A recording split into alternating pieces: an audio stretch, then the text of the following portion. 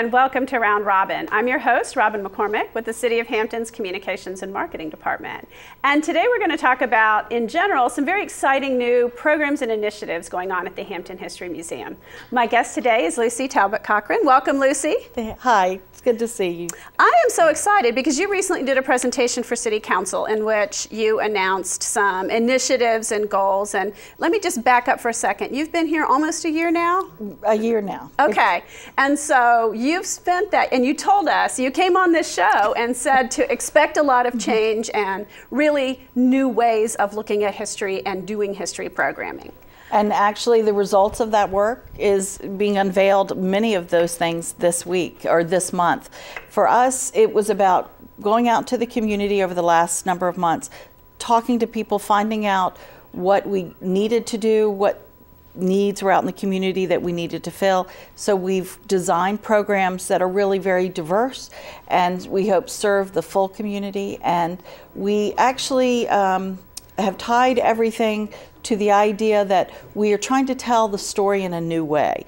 We're trying to make sure we're telling the full story with many perspectives, so that there's not just one author of history, that there are opportunities for us to also talk about that the fact that history is not about the past. History is actually living with us every day, and we can learn so much from it. So history shouldn't be passive. It shouldn't be something where you go into a museum and you actually, look at an artifact and read something on the wall that tells you about the artifact. It really should be something that immerses you into thinking, into asking questions. And that's really what we're doing now. It's changing it from a passive to an active experience and immersing people in history so they can apply the lessons learned to their lives today.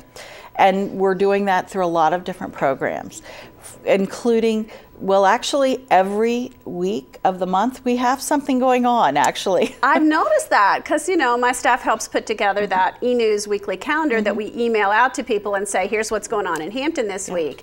And it went from being, once every 2 or 3 or 4 weeks there was a history museum programming to being on there all the time. Yeah, I'll go through it. I'll try to organize it so it's easy to remember. Okay. During the first week of every month, we have our Port Hampton lectures, which is really this wide-ranging, very diverse presentation. We explore different topics. It's on a Monday night at 7 o'clock. Always interesting, whether you have an author of a book, you have a local historian, you have actually local people telling their story. So that's the first week on the first Monday. And I'm also just going to note that the titles you use for these sometimes tie back to an aspect of the city's history. And thinking of us as Port Hampton, we're not really a port now. Exactly. We're on the waterfront, but we're not really shipping. But that was so integral to our early history that it's a good thing to bring that up, to keep that in a title so that people remember. You're exactly right. And actually, for some of you who have been around for a while, I think that name came from Dorothy Rouse Bottom, who we just lost not too long ago. Yeah, and that was her, I think that was one of her reasons for choosing that title. And she actually created that program. So that's really our first week. Then the second week, we kind of ramp everything up, and we actually have 2 programs in the second week. We actually have a program on the second Thursday of the month, and that is a new program called History on Film. And what we're doing, it's really kind of bringing history and pop culture together. We're going to show great movies. We're going to show everything from like Gettysburg to perhaps Casablanca to even Some Like It Hot. Those movies that either are all about the history, like Gettysburg, or at least touch on a certain point in history. And we're going to have experts and people that know the backstory. So it's that opportunity to say, what they got right, what they got wrong, those interesting little facts that we all want to know.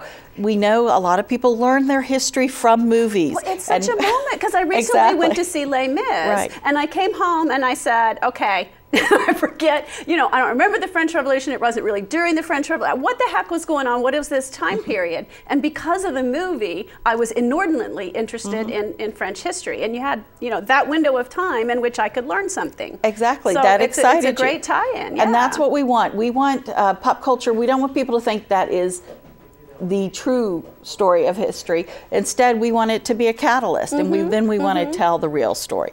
So for us, it's a fun way of, as I said, getting people in through pop culture, but then really learning about the real stories. Then, and that same week, actually, we have another new program.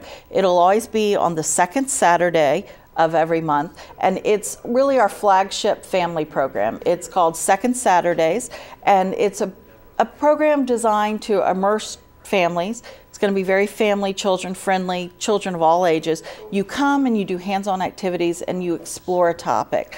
For example, in the month of January, because we just opened our Civil War exhibition, we'll be doing a program about the soldier story and how they lived their lives in the camps during the Civil War. Of course, each month it'll be a different theme. Next month in February, we're going to be focusing on archaeology. So all of those things will be very immersive. We'll be doing hands-on activities. We'll have reenactors. And it's a chance, once again, for families to learn in a fun, interactive way. And of course, you know, there'll be things that they create there. They can take activities home. It'll be something where we're actually hoping to kind of show parents how to talk about history with their children as well. So that's just the second week. Then in the third week, we have a great group of programs. Actually, once again, we have two, and they're both on Wednesday, the third Wednesday of the month. And the first is a long-term program we've been doing called Lunch and Time. And actually, that's one of our free programs where you can come, have lunch, you bring your own bag lunch, and then we do activities. Once again, the themes vary, the content varies, and it's really very engaging to sit with friends. A lot of people come as groups, and they look at a speaker, they look at a movie. We kind of explore history that's kind of tied to what's going on right now. For example, in this month of January, we're going to be focusing on Mark Twain and how so much of what he said is so relevant today. It's shocking. And actually, we have this great old TV special that Hal Holbrook did in 1960s. Oh, he's amazing as Mark Twain, yeah. Yeah, so that's an example, but once again, that's just one month. Every month it'll be different. That's at noon, of course, and it's called Lunch and Time. And then that very same day, we have what program we consider is really exciting, and I think we'll bring a whole new audience to the museum. It's our Front Porch series. It's a music series. I was really excited to hear about this. Yes. This sounds great. I think it's going to be very dramatic in that it's going to bring a lot of people downtown too, because we are bringing these incredible musicians that have agreed to work with us. We're very lucky. I mean, really big names. I think people like Jackie Scott and the House Wreckers. Oh, I love that. Oh, I love her. She's amazing. Electric Blues. Wonderful. And that gives you an example. What we're focusing on is roots music. Music that kind of... Blues, bluegrass, exactly. That kind of thing, folk. Things that were kind of the beginning of our music soundscape that we listen to today. They all kind of ground the music that we make now. If you think about how did we get to the kind of music we listen to on the radio? Well, these were the kind of core art forms. So that's, once again, that third Wednesday. So then once again, how much have we done? And it's just this third week. That's right. The final one, I think, is probably one of my favorites, and that's on the fourth week. We have on the fourth Thursday, we have a great program. It's called Our Story, Our Time, and it's focusing attention on our oral history project. Oral histories are something we're actually collecting every day of the week. We have a core of volunteers, and we're always looking for more. We train them, they go out and they capture these wonderful stories people have. Whether it's about something that happened 10 years ago, or it's something that happened, you know, in the 1930s that people experienced. And so we are capturing those stories before we lose them. We have a great collection. We'll be building a digital collection that will eventually be available online. And then we celebrate those stories by doing a public event, a public taping on that fourth Thursday. Okay. And we bring people together, we tape their stories, and then we open it up to the audience, and actually we capture the audience stories too. All of this is professionally recorded, and then once again, it's going to be archived, so it's saved forever. I'll tell you what I thought was interesting, and I didn't actually get to go to the taping, but I know one of the ones you did was a fairly painful topic and a recent topic, and it was life during segregation.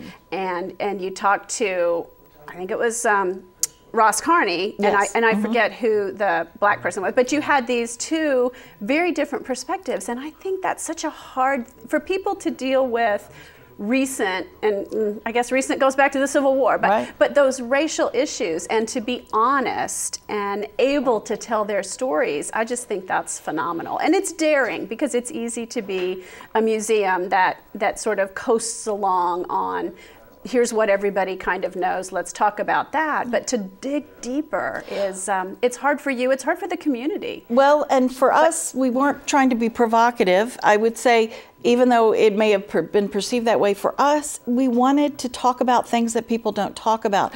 And kind of, we looked around, we talked to people. For us, people want to talk about those things, but there's never an opportunity. You don't do it in your everyday life, but no. Yet in those conversations we recorded, people said, this is affecting me today. And for us, that's the role of a museum. It's not about just talking about the past. It's talking about, once again, as we said, how the past affects us today. Exactly. And we really had people stand up and saying, this is still a part of my life every day. I deal with it every day. And what other forum can you do that? A museum should be a catalyst where we come together as a community, talk about the good times, but also sometimes the challenges. Yeah, and create a safe place to do that, because you don't understand where you are today if you ignore the past. If you don't open those issues, then, you know, it's just a closed box that begins to cause problems, and you can't get past or heal or grow unless you open that up. So I think that's admirable and exciting. We do too, and you know, sometimes you find in challenge inspiration. For example, in the month of January, we're actually doing something called Paddle Your Own Canoe, Self-Reliance in Hampton. One thing in the stories since I've been doing this job, I have heard so much about how Hampton has been challenged throughout its history and overcome. These individuals that were so strong, so hard. Great. And so we're focusing on how people have been so self-reliant in Hampton. Well, of course, we can't get the early settlers, we can't get the Indians, you know, back from the colonial period, but we've got some great people coming. For example, we have Dr. Mary Christian Scott, we have Tommy Thompson, who I think a lot of people know, we have Whiting Chisholm, these great businessmen in the community. That's wonderful. And representatives of our community in the legislature. Mm-hmm. These people have built lives here and overcome many challenges. So they're going to present their self-reliant lives. And I think they'll talk about challenges, but it'll be really inspiring. In an inspiring way, in a way that shows what you learn from that and how you go through them. Because we all have challenges. They may not be as great as some, but we all have to figure out how to deal with them and how to move on. And I think Hampton should be really proud, because that is a theme that threads throughout the entire history of Hampton. This place really has these incredible self-reliant people that have built Hampton. That's great. Well, thank you, Lucy. And I'm sure we could go on and on, but we need to wrap up.